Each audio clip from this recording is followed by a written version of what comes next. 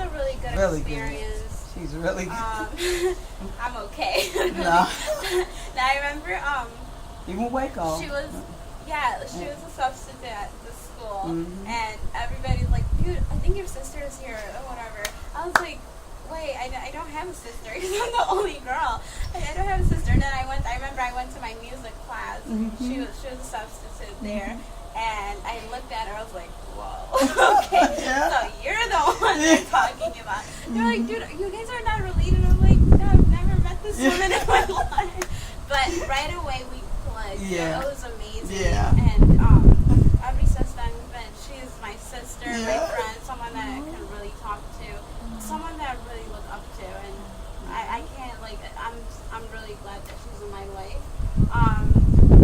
Yeah, I learned so much through her, and working with her has been an amazing experience. And so whenever I come into town, like I love to see her and my acting groups and see where everybody's at, because I don't see them often, so I will always try to learn more things from everybody, especially from Tiffany, and she has been an amazing person in my life. And I probably would not have been, or more, I would not have been able to express myself in the way that I want if it wasn't for her, because like I said, I was really that shy kid. I remember my first day on stage, I was like, I don't know what to do. And she really motivated me to how you can do this, hey, And I remember we were doing the tongue twister, I was like, I can't do it. But yeah, no, she kind of, excluded that I can't, like she didn't allow me to say I can't do this. Instead, she was saying, like, you can do it, and motivating me, and Wow. it's Wow. really, Oh my God. I knew you. Yeah, I don't really thank her as much as I should, give her, appreciate you, and you really have changed my life, really. And every time, whatever I go, I talk about you, and it's from the heart, it's what I have learned from you and everybody else in the group, and this is amazing. And I hope in what you're doing with the community, with the youth, it's really a positive experience, for them. I know it has been a positive experience for me. After school, I could have just went home and sleep. I don't know.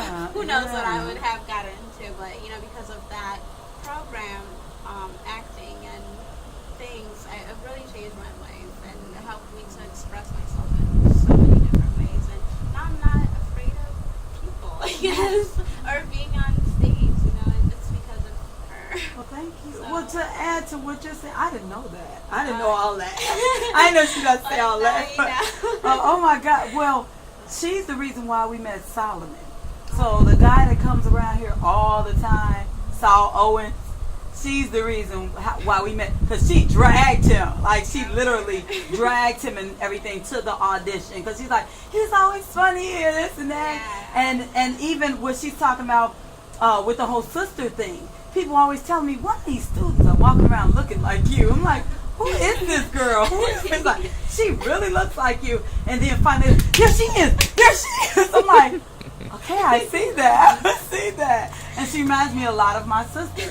A lot. So I'm like, okay, yeah, I see that. And she was like really quiet and everything. And then not only that, because of her language, because she knows another language as well and everything. And so because of her history and her language and everything, it's one of those things we had to work on her clarity, of her speech and stuff. And you can't even tell. Like, she had a really heavy accent. When we, it's Amharic. It's Ethiopian origin. yeah. So, but just say, like, if you were to say good morning, how are you? Say that real quick, like, or just say something like a sentence of your language. So what does that mean? Hi, how are you? So you see how different that is from, like, it always amazes me when people are able to speak a couple of languages. It doesn't even sound. Is that your first language? Yeah, yeah. Where are you from? Ethiopia. Mm-hmm. So it just always amazes me that people are able to learn a couple languages and everything, and then speak clear English like that, because that was one thing we wanted to make sure we worked on was, okay, when you're on stage, you have to say it like this, and you have to say it like that and stuff. And then from that role, she was able to pick up another role with a really good friend of mine who was very particular. very particular. He's like, I want her to play this and that and stuff.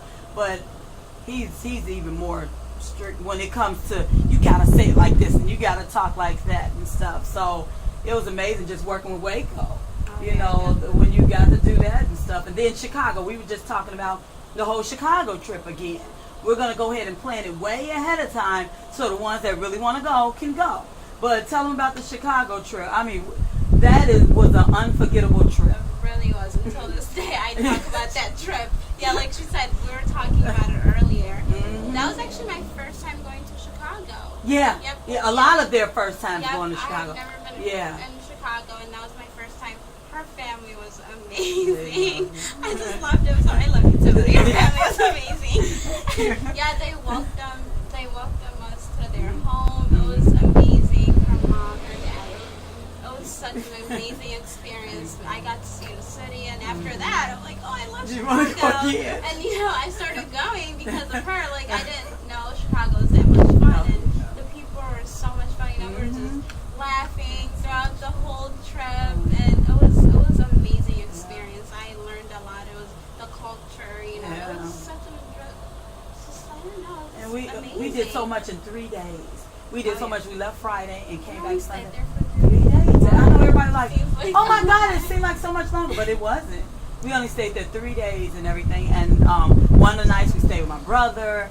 Another night we did the hotel room. I think we only did the hotel room for one night because we did another night at my sister's house. Yep. Yeah, so we did one night at the hotel and everything. But we had a ball. Unbelievable. I want to say altogether it was 13 people. But kids, I think it was 10. It may have been 11. So, yeah, I think, but when I look back at the picture, I think it was like one more boy than girls. When I look back at the picture, yeah, I got to look at it again, but I just looked at that picture the other day. There was 2 of the Jeters,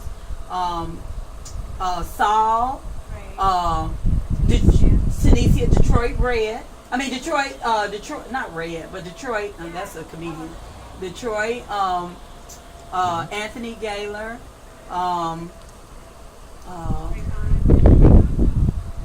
I said the Jeters. Did we count the Jeters? Yep, we did. And then I think, did Fred go to that dancing Fred? Or no?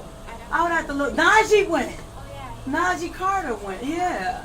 So, and then for the ladies, it was you, Desiree, Rayvon, Tanisha, Victoria. So it was about 13. I think it was 13. If I can remember correctly. I think we had a 12-passenger bus, but I think we had 13 because Xavier rode down there with us. Right. But then his dad, so that's what happened there. So, yeah. So that's what I think happened. Yeah, we had a ball. What's your next trip? We got to plan it. It'll have to be sometime next year, probably the first week or second week in August. It'll have to be, and it probably have to be the second week because I know my Damon's family, my in-laws and stuff, playing something now the first week. They say for sure it's going to be the first week. So if I can plan, we'll probably do the second week. And I think that's a good time where everybody's coming back home from school. Oh, that was the thing only before. A couple hours away. Yeah, so it won't be a problem. Okay. So if we can plan now for that and just see who all wants to go, it'll be just a weekend trip. We'll go down Friday, hang out, do everything, but every moment is going to be planned. If we got a little leeway of time, that's fine, but every moment has to be planned so we can get a lot done. Because, I mean, I took them downtown. I took them on the L platform so that they can ride the train and everything. I mean, we did so much in that little bit of time. I took them to get a pizza puff. I took them to where I used to live on the west side. And they're like, oh, my God, you grew up here? So, because my area, the area I grew up in, Chicago, was rough. It was rough. Talk about dodging bullets. We were literally like, you might not want to go down that street today type of thing. So it was rough where I grew up. It's like, oh my God, you lived here. Like, I'll never forget what it was. This is your hood. Yeah, this is my hood. You talk about the rough in Pontiac. Oh, it's nothing. Do you remember my street? Oh, yeah, I remember driving Come get out of here now. Like, yeah, I remember. I think that's one trip that nobody could forget. But yeah, that's where I grew up at. And I had, it was hard over there. You really had to be focused. If you were unfocused on my block, you'll be the drug dealer or you'll be the crack addict. That's how it was. Only one or two ways you could go on my block.